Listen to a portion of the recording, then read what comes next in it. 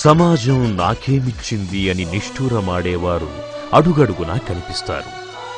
సమాజానికి నేనేం చేశాను అని ఆలోచించేవారు వేలల్లో ఒక్కరే ఉంటారు. అటువంటి విలక్షణ వ్యక్తి గురించి ఇప్పుడు మనం తెలుసుకుందాం.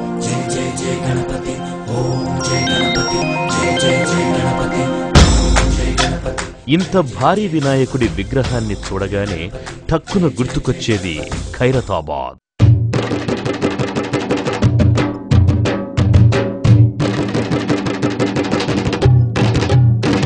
అంబేద్కర్ నగర్, సింగాడి బస్తీ, ఫిల్మ్ నగర్ పేరేదైతేనేం ఏ బస్తీలో అయినా పేదింటి మహిళ కాలకృత్యాలకు వెళ్లాలంటే ఆరుబయలే దిక్కు.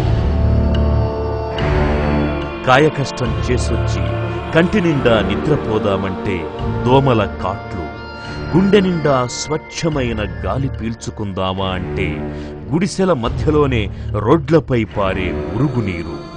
బతుకు పోరులో అమ్మా నాన్న అలసిపోతుండగా, పౌష్టికాహారం లేక సొలసిపోయే బాల్యం యొక్క దౌర్భాగ్యం, తాగునీటికి అల్లాడిపోయే బస్తీ జనం. पानी के लिए भी बहुत मुश्किल है, नल नहीं है, कुछ भी नहीं है. आज 5 साल से तो बहुत तकलीफ है. కాలిబాట కంటే అధ్వాన్నంగా ఉండే వాడల రోడ్లు. మా జీవితాల్లో కూడా మాకే భయం వేస్తుంది. నాలంట ఈ కాలువంట నడవాలంటే ఏ సమయాలలో జారిపడతాయి. పిల్లలైతే ఇంకా ఎంతో మంది పడిపోతుంటారు. ఎంతో మంది కాళ్ళు చేతులు కూడా ఇరిగినాయండి. ప్రాథమిక వైద్యం కూడా సరిగ్గా అందదు. బస్తీవాసుల పిల్లలు చక్కగా చదువుకోవడం ఈ కాంగ్రెస్ ప్రభుత్వానికి ఏమాత్రం ఇష్టం లేదు. వీధి దీపాలు లేక చిమ్మ చీకట్లోనే తెల్లవారిపోయే బతుకులు. ఇది ఈ నియోజకవర్గంలో 1999కి పూర్వం మురికివాడల్లోని పరిస్థితి. రౌడీయిజం, బలవంతపు వసూళ్లు, భూకబ్జాలు, సెటిల్మెంట్లు. ఇది అప్పట్లో మధ్యతరగతి కుటుంబాలు ఎదుర్కొన్న భయంకరమైన దుస్థితి. అన్ని చోట్ల మహిళలను వేధించేవారు. ఖైరతాబాద్ నియోజకవర్గం నుంచి ఒక మంచి వ్యక్తి వచ్చేసి గుండాయిజాన్ని అనుగదొక్కే పరిస్థితి రావాలని మా ఉద్దేశం. 1999 జూలైలో తెలుగుదేశం పార్టీలో చేరిన శ్రీ విజయ రామారావుకు పార్టీ అధినేత శ్రీ నారా చంద్రబాబు నాయుడు గారు ఖైరతాబాద్ అసెంబ్లీ నియోజకవర్గం టిక్కెట్ ఇచ్చారు. దశాబ్దాలుగా కాంగ్రెసుకు కంచుకోటగా ఉన్న ఆ నియోజకవర్గంలో విజయ రామారావు విజయ బావుట ఎగురవేసి తెలుగుదేశం జెండాని రెపరెపలాడించారు.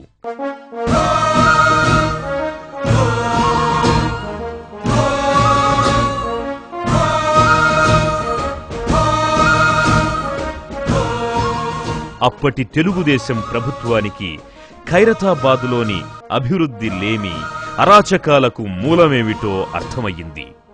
ఏళ్ల తరబడి పాతుకుపోయిన స్థానిక నాయకత్వానికి చెక్ పడితే కాని పరిస్థితుల్లో మార్పు రాదని గ్రహించిన తెలుగుదేశం ప్రభుత్వానికి ఓ మంచి ఆయుధం దొరికింది. అది మామూలు ఆయుధం కాదు, వజ్రాయుధం. ఆ ఆయుధం పేరు కె విజయ రామారావు.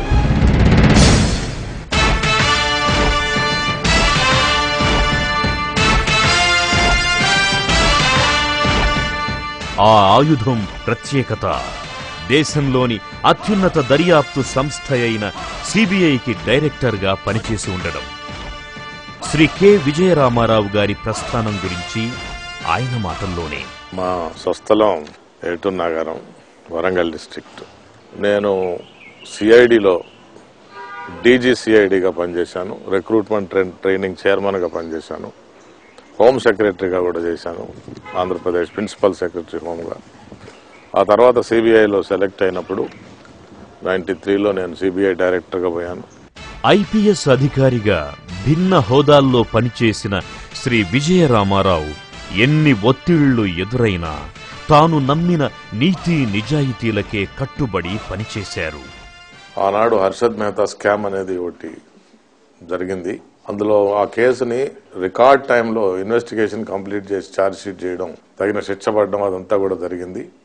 అంతకంటే ముఖ్యమైనది జైన్ హవాలా కేసు అనే పేరుతో దేశ రాజకీయాలనే ప్రభావితం చేసేటువంటి పెద్ద పెద్ద నాయకులు అన్ని పార్టీల వాళ్ళని కూడా ఛార్జ్షీట్ పెట్టడం అనేది అదొక పెద్ద సంఘటన. శ్రీ చంద్రబాబు నాయుడు గారి ప్రభుత్వంలో రోడ్లు భవనాల శాఖామాత్యులుగా, వాణిజ్య శాఖామాత్యులుగా తన సేవలందించారు. ఉన్నత విద్యావంతుడు రాజకీయాల్లోకి వస్తే ఎంత మెరుగ్గా సేవ చేయొచ్చో నిరూపించారు.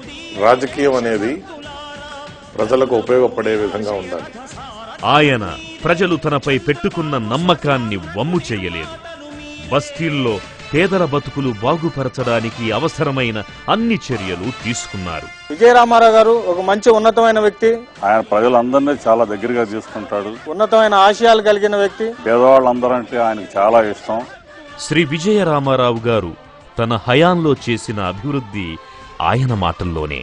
తరచుగా ప్రజలను కలిసినప్పుడు, బస్తీలను కాలనీలను నేను పర్యటించినప్పుడు నాకు తెలిసినటువంటి విషయాలు ముఖ్యంగా ఇండ్ల స్థలాల గురించి వాళ్ళకి సరైనటువంటి టైటిల్ లేకపోవడం, బస్తీలలో చాలా చోట్ల రోడ్లు కానీ కనీస సౌకర్యాలని కొరవ కావడం జరిగింది. ఇక్కడ చూశాను, నేను కళ్ళారా చూశాను. అదేవిధంగా రోడ్ల పరిస్థితే కాదు, లైట్లు ఉండేవి కావు, మంచినీళ్ళు ఉండేవి కావు, డ్రైనేజ్ ఉండేది కాదు. ఇవన్నీ చూసిన తర్వాత వెంటనే ఒక నిర్దిష్ట ప్రణాళిక రూపంలో అన్ని బస్తీలలో, కాలనీలలో, ఫ్లాట్స్ అసోసియేషన్స్ వారిని అందరినీ కలిసి ఈ ప్రాంతాల్లో ఉన్న సమస్యలను తెలుసుకొని ప్రతి 2 వారాలకు ఒకసారి అధికారులను పిలిచి నేను నోట్ చేసుకున్నటువంటి అన్ని కూడా వాళ్ళకి చెప్పి అర్జెంటుగా ఉంటే వాటిని వెంటనే చేయించడం జరిగింది. ఉదాహరణకి 35,000 మందికి దీపం పథకం కింద గ్యాస్ కనెక్షన్స్ ఇచ్చాం. అన్ని మురికివాడల్లో, అన్ని బస్తీలలో రోడ్లు, డ్రైనేజీ, మంచినీళ్ళ సౌకర్యం కల్పించడం జరిగింది. విస్తృతంగా అన్ని చోట్ల కూడా వీధి దీపాలు ఈ బస్తీలలో వేయించడం జరిగింది. 56,000 మందికి మేము కనెక్షన్స్, మంచినీళ్ళ కనెక్షన్స్ ఇవ్వడం జరిగింది. వీటితో పాటు చాలా డ్వాక్రా సంఘాలు రివాల్వింగ్ ఫండ్ ఇచ్చి CMEY అనే ఉపాధి పథకం కింద యువతకి లోన్స్, గవర్నమెంట్ గ్రాంట్స్ వచ్చే విధంగా ఏర్పాటు చేయడం కూడా జరిగింది. తక్కువ ఖర్చుతో దూర ప్రయాణం చేయడం కోసం అని చెప్పి MMTS ఆనాడు మేము ప్రవేశపెట్టడం కూడా జరిగింది. కాలుష్యం మనం దూరంగా ఉంచాలి, ఈ కాలుష్యం వలన జబ్బులు వస్తున్నాయి అనే అభిప్రాయంతో పచ్చదనం పరిశుభ్రం కార్యక్రమంలో మేము స్వయంగా దగ్గరుండి దోమలను తగ్గించడానికి స్ప్రే చేయడం, మందు స్ప్రే చేయడం, నీళ్లు ఒక చోట నిలవకుండా ఉండేటట్టుగా ప్రజలను కూడా నేర్పించి వాళ్ళ భాగస్వామ్యంతో అక్కడ ప్రతి బస్తీలోనూ కార్యక్రమాలు చేయడం కూడా జరిగింది. హుసేన్ సాగర్ పరిశుభ్రంగా ఉండేటట్టుగా మేము చర్యలు తీసుకున్నాం. మంచి పార్కులు నిర్మించాం. బ్రహ్మానందరెడ్డి పార్క్ కానీ, వెంగళరావు పార్క్ కానీ చాలా చోట్ల పార్కులు నిర్మించాం. ఉన్న పార్కుల్ని అభివృద్ధి కూడా చేయడం జరిగింది. రోడ్లు వెడల్పు చేశాం. ఇవి కాక ప్రజల జీవితానికి సంబంధించినటువంటి విషయం ఇళ్ల నిర్మాణం.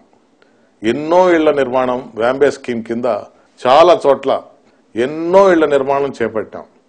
చాలా మంది పేదలకు పట్టాలు ఇవ్వడం జరిగింది. ముఖ్యంగా డ్వాక్రా సంఘాలని వాళ్ళ కాళ్లపైన వాళ్ళు నిలవాలి అనేటువంటి అభిప్రాయంతో వారు కోరుకున్నటువంటి ప్రొఫెషన్లో ట్రైనింగ్ ఇచ్చి వాళ్ళంతటా వాళ్ళు మరి నడుపుకునే విధంగా వాళ్ళని తయారు చేసి అన్ని విధాలా వారికి సహకరించడం, సహాయం చేయడం కూడా జరిగింది. గత 5 సంవత్సరాల్లో ఏం జరిగింది అనేది ప్రజలకే బాగా తెలుసు. ఎప్పుడు కూడా ఎలక్ట్రిసిటీ కట్టు మేము అధికారంలో ఉన్నప్పుడు ఉండేది కాదు. వరదలు వచ్చినప్పుడు వాళ్ళ మధ్యలోకి పోయాం. ఫుడ్ ప్యాకెట్స్ విషయంలో కానీ, రెస్క్యూ చేయడంలో కానీ అర్ధరాత్రి పోయి కూర్చొని మా కార్యకర్తలు మేము అందరం కూడా కలిసి ఏ ఆపద వచ్చినా కూడా ఆదుకోవడానికి మేము ప్రయత్నం చేశాం తప్ప ఎప్పుడు కూడా మా బాధ్యతను విస్మరించలేదని చెప్పి ఈ సందర్భంగా తెలియజేస్తా ఉన్నాను. ఇంకొకటి, ఏ సబ్సిడీ బియ్యం ఇచ్చేదే కాకుండా ఎక్కువగా కొనాలంటే అది 8-9 రూపాయలకి అది ఉండేటట్టుగా మేము చేశాం. 18 లీటర్స్ గ్యాస్ నూనె ఇచ్చేవాళ్ళం. అది ఇప్పుడు తగ్గిపోయింది పూర్తిగా. ధరలను కూడా అదుపు చేయగలిగాం. ఈనాడు ఉప్పు కొనాలంటే 8 రూపాయలు 9 రూపాయలు పెట్టాల్సి వస్తుంది. మామూలు ఉప్పు కొనాలంటే బియ్యం 35-40 రూపాయలు అవుతా ఉంది. కాబట్టి ధరలను నియంత్రించడం ఒకవైపు, ప్రత్యేక స్కీమ్స్ని మన నియోజకవర్గంలో ఇంప్లిమెంట్ చేయడం, అమలు చేయడం రెండో వైపు, పర్మనెంట్ గృహ నిర్మాణం చేపట్టడం ఇంకొకటి అతి ముఖ్యమైనటువంటి విషయంగా మేము భావించి అంకిత భావంతో మన కార్యకర్తలు, అప్పటి అధికారులు కూడా చాలా చక్కగా కోఆపరేషన్ ఇచ్చి చేయడం జరిగింది. వందల కోట్ల రూపాయల వ్యయంతో ప్రజా భాగస్వామ్యంతో ఈ కార్యక్రమాలన్నీ చేయగలిగాం. ఆ రోజు ఇంతలో చిన్న 2004లో ఎన్నికలొచ్చాయి. ప్రజాస్వామ్యాన్ని అపహాస్యం చేసే కొన్ని శక్తుల ప్రభావం కారణంగా తెలుగుదేశం ప్రభుత్వం అధికారాన్ని కోల్పోయింది. ఎక్కడి అభివృద్ధి అక్కడే ఆగిపోయింది. నియోజకవర్గంలో 1999, 2004 మధ్య జరిగిన అభివృద్ధే తప్పించి మరో పని జరగనేలేదు. ఉగ్రవాదుల దాడులతో హైదరాబాద్ మహానగరంలో ఎప్పుడు ఏం జరుగుతుందో తెలియక ప్రజలు ప్రాణాలను గుప్పిట్లో పెట్టుకుని భీతిల్లిపోయారు. ఓ పార్కుకు వెళదామంటే భయం, సరదాగా చాట్ తిందామంటే గుండె దడ. ఆదివారం కుటుంబంతో బయటకు వెళ్లి సరదాగా గడిపే పరిస్థితి లేదు. బస్సుల్లో, రైళ్లలో తోటివారి వంక అనుమానంతో చూడాల్సిన దుస్థితి. ఈ 5 ఏళ్ల నుంచి ఎంత నరకం అనుభవిస్తున్నామో మీ అందరికీ తెలుసు. రాష్ట్రంలో శాంతి భద్రతల పరిస్థితి పూర్తిగా అదుపు తప్పింది. ఇప్పటికైనా కళ్ళు తెరవండి, జరుగుతున్న అక్రమాలను గమనించండి, అవినీతిని తరిమి తరిమి కొట్టండి.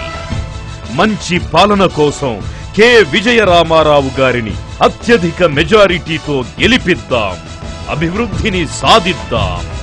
తెలుగుదేశం తిరిగి అధికారంలోకి రాగానే ఖైరతాబాద్ నియోజకవర్గంలో తక్షణం చేపట్టే పథకాలు: నగదు బదిలీ పథకం, పేదలకు మధ్యతరగతికి పక్కా ఇళ్లు కట్టించడం, ఎన్టీఆర్ ఆరోగ్యశ్రీ, అన్ని జబ్బులకు అన్ని ఆసుపత్రుల్లో ఉచిత వైద్యం, ట్రాఫిక్ రద్దీని నియంత్రించడం, పేదలకు ఉచితంగా కలర్ టీవీ, అందుకు అవసరమైన ఉచిత విద్యుత్తు.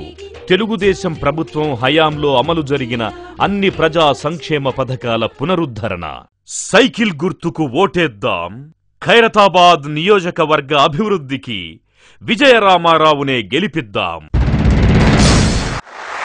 జై తెలుగుదేశం, జై జై తెలుగుదేశం.